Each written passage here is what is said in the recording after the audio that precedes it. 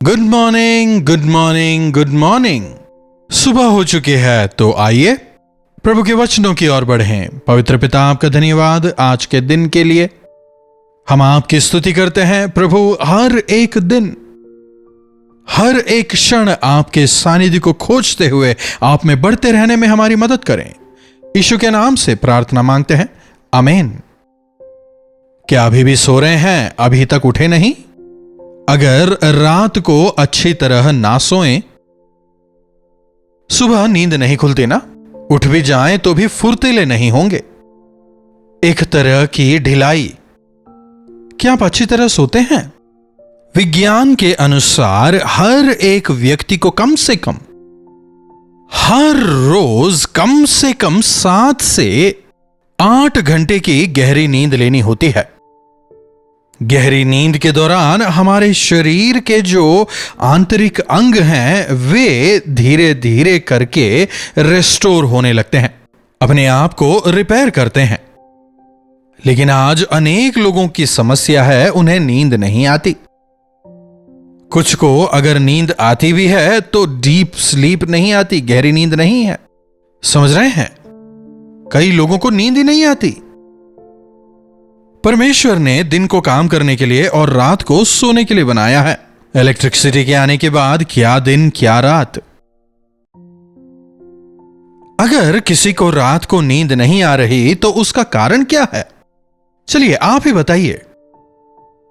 क्या पावर चला गया इसलिए? एसी काम नहीं कर रहा इसलिए? मच्छर काट रहे हैं इसलिए? कई बार हम यात्रा में होते हैं, ट्रेन में या बस में सफर कर रहे होते हैं। उस दौरान कई लोगों को अच्छी नींद वहां नहीं आती। फिर कई बार जो परिस्थितियां होती हैं वे भी हमें परेशान करती हैं। कई बार ट्रेन का इंतजार करते करते पूरी रात निकल जाती है। एक वचन की ओर आपके ध्यान को लाना चाहूंगा, भजन संहिता 63। यह दाऊद का भजन है। लंबे समय तक दाऊद जो है वो जंगल में रहता था, लेकिन अब समय बदल गया है। शानदार देवदार की लकड़ियों से बना एक महल है, एक शानदार बेडरूम है, अच्छा बिस्तर है, तो एक आराम की जिंदगी वो अभी जी रहा है। लेकिन इस भजन को उसने यहूदा के जंगल में रहते हुए लिखा था। यहूदा के जंगल में लिखा हुआ दाऊद का भजन। फिर अगर इसकी 6वीं आयत को देखें, कह रहा है, जब मैं बिछौने पर पड़ा आपका स्मरण करूंगा, तब रात के एक एक पहर आप पर ध्यान करूंगा। जरूरी नहीं इस समय उसके पास शानदार बिस्तर हो सकता है घास फूस पर सोता हो या लकड़ी पर, या फिर शायद पत्थर पर, भूसे का तकिया बनाकर, जैसा भी हो वो यहां सो रहा है। यह जंगल में लिखा हुआ भजन है। आज लोगों के पास आरामदायक बिस्तर होने के बावजूद, एसी की हवा के बावजूद, उन्हें रात को नींद नहीं आती। यात्रा के दौरान मेरे कई सारे अनुभव रहे हैं। उस दौरान कई बार मैं सो नहीं पाता। कई लोगों के साथ ऐसा होता है ना, जब जगह बदलती है उस समय नींद नहीं आती, वो एक अलग बात है। लेकिन आखिर लोगों को नींद क्यों नहीं आती? जब मन शांत नहीं होता, नींद नहीं आएगी। अगर आप अपने मन को स्थिर ना करने पाए तो आप सो नहीं पाएंगे। मन में अगर क्रोध रखें, नाराजगी रखकर अगर आप सोने की कोशिश करें, गहरी नींद आपको किसी भी हालत में नहीं आएगी। इसलिए वचन कहता है, सूर्यास्त तक तुम्हारा क्रोध रहने ना पाए। क्षमा कर दें, भले ही उन्होंने आपकी हानि की, आपको दर्द दिया, आपको दुखी किया, फिर भी आप उन्हें क्षमा कर दें, क्योंकि अगर आप उन्हें क्षमा नहीं करेंगे तो आपकी नींद और आपका आत्मिक जीवन बर्बाद हो जाएगा। उन्हीं बातों को सोचकर बैठे रहे तो आपका दिन यूं ही गुजर जाएगा। उसने मेरा अपमान कर दिया सोचकर यूं ही बैठे रहें, नींद कैसे आएगी? दाऊद के जीवन में अगर देखें तो कितने लोगों ने उसके साथ बुराई की, उसे धोखा दिया, उसे अपमानित किया, पत्नी ने अपमानित किया, है ना? ससुर उसके प्राण का दुश्मन बना है। खुद के भाइयों ने कभी भी उसकी परवाह बिल्कुल नहीं की, लेकिन इन तमाम के बीच वो प्रभु पर निर्भर रहा। यहां बिस्तर पर पड़ने के बाद भी जब उसे नींद नहीं आ रही तो वो क्या कर रहा है? मैं आपको याद करूंगा कह रहा है। मेरे साथ बुराई करने वालों के विषय नहीं सोच रहा, अपनी समस्याओं के विषय नहीं सोच रहा, लेकिन प्रभु, मेरे परमेश्वर, मेरे पिता, मेरे उद्धारकर्ता, मैं आपको याद कर रहा हूं, आपके प्रेम पर मनन कर रहा हूं। आपका अनुग्रह कैसा महान है, आप कितने अधिक दयालु हैं, कैसे शक्तिशाली हैं। परमेश्वर की महिमा पर मनन कर रहा है। इस प्रकार जब आपको भी नींद ना आए, आपकी शांति भंग करने वाली चीजों की ओर ध्यान लगाए बिना परमेश्वर के प्रेम पर मनन करें, उनकी भलाइयों की ओर ध्यान लगाएं। नींद नहीं आ रही तो उठें, प्रभु के वचनों को पढ़ें, उस पर मनन करें, तब आपका मन शांत हो जाएगा। कई ऐसी चीजें होती हैं ना जिसे हम दूसरों के साथ नहीं बांट सकते, उन तमाम को प्रभु के हाथों में छोड़ दें। प्रभु आप देखिए मेरी स्थिति, बिस्तर पर ही, जी हां, बिस्तर पर लेटे लेटे आपको प्रार्थना नहीं करना चाहिए, लेकिन उसी दौरान लेटे लेटे अपने मन की शांति भंग करने जैसी बातें ना सोचें, बल्कि प्रभु की भलाइयों को याद करें। प्रभु के वचन जो आपके मन में हैं, उन पर ध्यान करें। अगर आप उठ नहीं पा रहे, हो सकता है आप ऐसी स्थिति में हो जहां आप उठ नहीं पा रहे, हो सकता है आप अस्पताल की बिस्तर पर पड़े हों। ऐसे समय में परेशान होने की बजाय प्रभु की भलाइयों को याद करें। जब मैंने आपकी भलाइयों को याद करना शुरू किया, जो अनुग्रह, जो प्रेम, जो भलाई आपने मुझ पर दिखाई है, उस पर मनन किया, तब मुझे हिम्मत मिलने लगी। बिछौने पर पड़ा आपको स्मरण करूंगा, रात के एक एक पहर आप पर ध्यान करूंगा। कई बार जब हमें रात को नींद नहीं आती ना, कभी इस तरफ मुड़ते हैं, फिर उस तरफ, चादर को सर के ऊपर तक ओढ़ के सोने की कोशिश करते हैं, सोने की बहुत कोशिश करते हैं, लेकिन उसके बावजूद भी कई बार नींद नहीं आती ना। उस समय, उस रात के समय परमेश्वर के प्रेम पर मनन करें, उनके अनुग्रह, उनकी भलाइयों की ओर ध्यान लगाएं, उनकी भलाइयों के लिए उनका धन्यवाद करना शुरू करें। रात के हर एक पहर आप पर ध्यान करूंगा, क्योंकि आप मेरे सहायक बने हैं, क्योंकि आप मेरे सहायक बने हैं। समझ रहे हैं?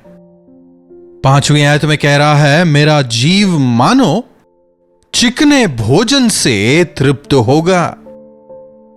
चिकना भोजन या एकदम सॉफ्ट, समझ रहे हैं? उदाहरण के लिए आइसक्रीम की तरह, जबान पर रखते ही उसे चबाने की जरूरत नहीं पड़ती ना। गर्मी में जब आइसक्रीम खाते हैं कैसा लगता है? ठंडक भरा एहसास। मैं जब आप पर मनन करता हूं, तमाम परेशानियों के बीच भी तसल्ली भरा एहसास होता है। तमाम चुनौतियों के बावजूद ठंडक भरा एहसास। मान लीजिए आपको पैसों की जरूरत है, आपने सारी कोशिशें कर ली, पैसा कहीं नहीं मिला, अचानक आपके अकाउंट में बहुत सारे पैसे आ जाएं तो आप कितने खुश होंगे, है ना? लेकिन यह कुछ भी स्थिर नहीं है, लेकिन परमेश्वर का वचन एक खजाने के समान है। संसार की सारी संपत्ति से कहीं मूल्यवान परमेश्वर का वचन है। परमेश्वर के वचन पर मनन करें, उनके वायदों पर ध्यान करें, परमेश्वर के प्रेम और उनके अनुग्रह पर मनन करें। जब आप बिस्तर पर हैं, अरे कल क्या होगा, यह काम करना है, वो काम करना है, ये ईएमआई, वो ईएमआई, इनके बारे में सोचते रहें तो नींद नहीं आएगी। इसके बजाय परमेश्वर की भलाइयों पर, उनकी करुणा को याद करें। उनका वचन आपको तृप्त करेगा। कल की परेशानी, कल की चिंता यहोवा पर डाल दें। प्रभु मेरी हर जरूरत पूरी करेंगे। मेरे प्रभु विश्वास योग्य हैं। इस आश्वासन के साथ आप आगे बढ़ें, प्रभु आपको तसल्ली देंगे। मेरा जीव चिकने भोजन से तृप्त होता है और मैं जय जयकार करके आपकी स्तुति करूंगा। हालेलुया। जब हमारा मन परमेश्वर की भलाइयों की ओर होता है, हमारा मन भर जाता है और उसमें से जय जयकार की ध्वनि उठने लगती है ना? जब आप अच्छे मूड में होते हैं तब आपने गौर किया होगा ना, आप गुनगुनाने लगते हैं। दूसरों को भी आपने देखा होगा, वे गीत वगैरह गुनगुनाते बैठते हैं। इसलिए शिकायतों और परेशानियों की ओर ध्यान ना दें। कुछ लोग होते हैं जो हमेशा शिकायत ही करते रहते हैं। बिस्तर ठीक नहीं है, मच्छर बहुत हैं, पंखा ठीक नहीं चल रहा, अपने आप को भी कोसते हैं। अगर खींच कर बिस्तर पर पड़े रहेंगे तो नींद कैसे आएगी? इन व्यर्थ बातों की ओर ध्यान लगाना छोड़कर परमेश्वर की ओर ध्यान लगाएं, उनकी भलाइयों की ओर, उनकी अच्छाइयों की ओर, उनकी महानता की ओर ध्यान लगाएं, आपको तसल्ली मिलेगी। कितनी बार उन्होंने आपको उन तकलीफों से, परेशानियों से बाहर निकाला। कितनी बार आपने प्रार्थना की, प्रभु ने जवाब दिया। उन बातों को याद करें और अपनी समस्या को समस्या के तौर पर ना देखें, उसे प्रार्थना में बदलें। अब क्या होगा नहीं, प्रभु आप इसे पूरा करें कहकर प्रार्थना करें। यह कैसे होगा नहीं, मेरे प्रभु आप इसे पूरा करेंगे, विश्वास करें। समझ रहे हैं? जब आप अपनी चिंताओं को प्रभु पर डाल देंगे, आपका मन प्रभु की शांति से भर जाएगा। चिंता की जगह प्रभु की शांति ले लेगी। तब आप अच्छी नींद सोने पाएंगे। सुबह सवेरे चिड़चिड़े नहीं उठेंगे, नहीं खींचेंगे, बल्कि प्रभु की स्तुति करते हुए बढ़ेंगे। आपका मन प्रभु की शांति से भरा होगा, इसलिए आप आनंदित होंगे और दिन भर प्रभु को महिमित करने पाएंगे। कई लोग रात को सोने नहीं पाते और अपने दिन को बर्बाद कर लेते हैं। यकीनन जब आप सोते नहीं हैं तो आपका दिमाग वो शांत नहीं रहने पाता और किसी भी तरफ आप ध्यान लगाकर काम नहीं करने पाते। फिर आजकल दोस्तों के ग्रुप बन गए ना। कुछ लोगों को रात को नींद नहीं आती तो वो एक दूसरे से बात करने लगते हैं, अपनी शिकायतें बताने लगते हैं। कितनी ही शिकायतें बता लें, क्या उससे समाधान निकलेगा? जी नहीं। उसके बजाय प्रभु के सामने जाएं, प्रभु के सामने समर्पित करें, प्रभु कार्य करेंगे। प्रभु अब और मुझसे सहन नहीं होता, मैं अब और कुछ नहीं कर पाऊंगा, आप मदद करें कहकर हाथ उठाकर समर्पण करें। हाथ उठाने का मतलब क्या है? प्रभु के सामने समर्पण करना। प्रभु अब मुझसे नहीं होता, आपके हाथों में है, आप ही मुझे इन समस्याओं से बाहर निकालें कहकर उनसे प्रार्थना करें। प्रभु चमत्कार करेंगे। प्रभु के हाथों में समर्पित हों। कुड़कुड़ाने के बजाय प्रार्थना करें, चिंता के बजाय प्रार्थना करें, निराश होने के बजाय प्रभु में विश्वास रखें। प्रार्थना। महापवित्र पिता परमेश्वर,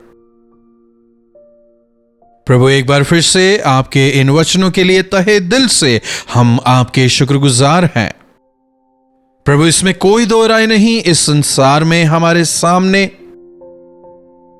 कई सारी समस्याएं होती हैं, कई सारे सवाल हमारे सामने हर रोज खड़े हो जाते हैं।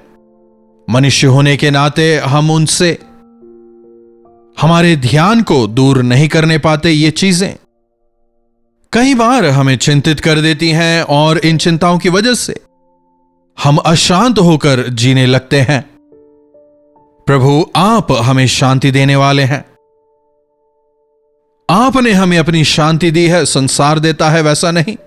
आपकी उस अनंत शांति को पाकर चिंता किए बिना आप पर भरोसा रखते हुए आगे बढ़ने का अनुग्रह हमें दें। यीशु के नाम से प्रार्थना मांगते हैं, आमीन।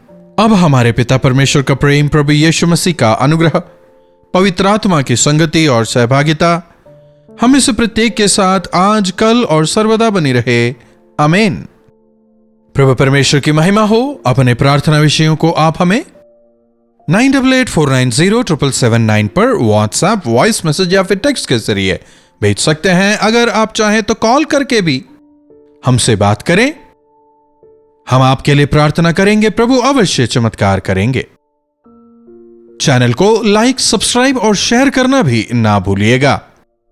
इन्हीं वचनों के साथ मैं आपसे विदा लेना चाहूंगा। दोबारा मिलने तक प्रभु का अनुग्रह हम में से हर एक पर निरंतर बना रहे। कल्वरी दर्शन, ये है प्रेम के दर्शन, यीशु प्रेम के दर्शन। कल्वरी दर्शन,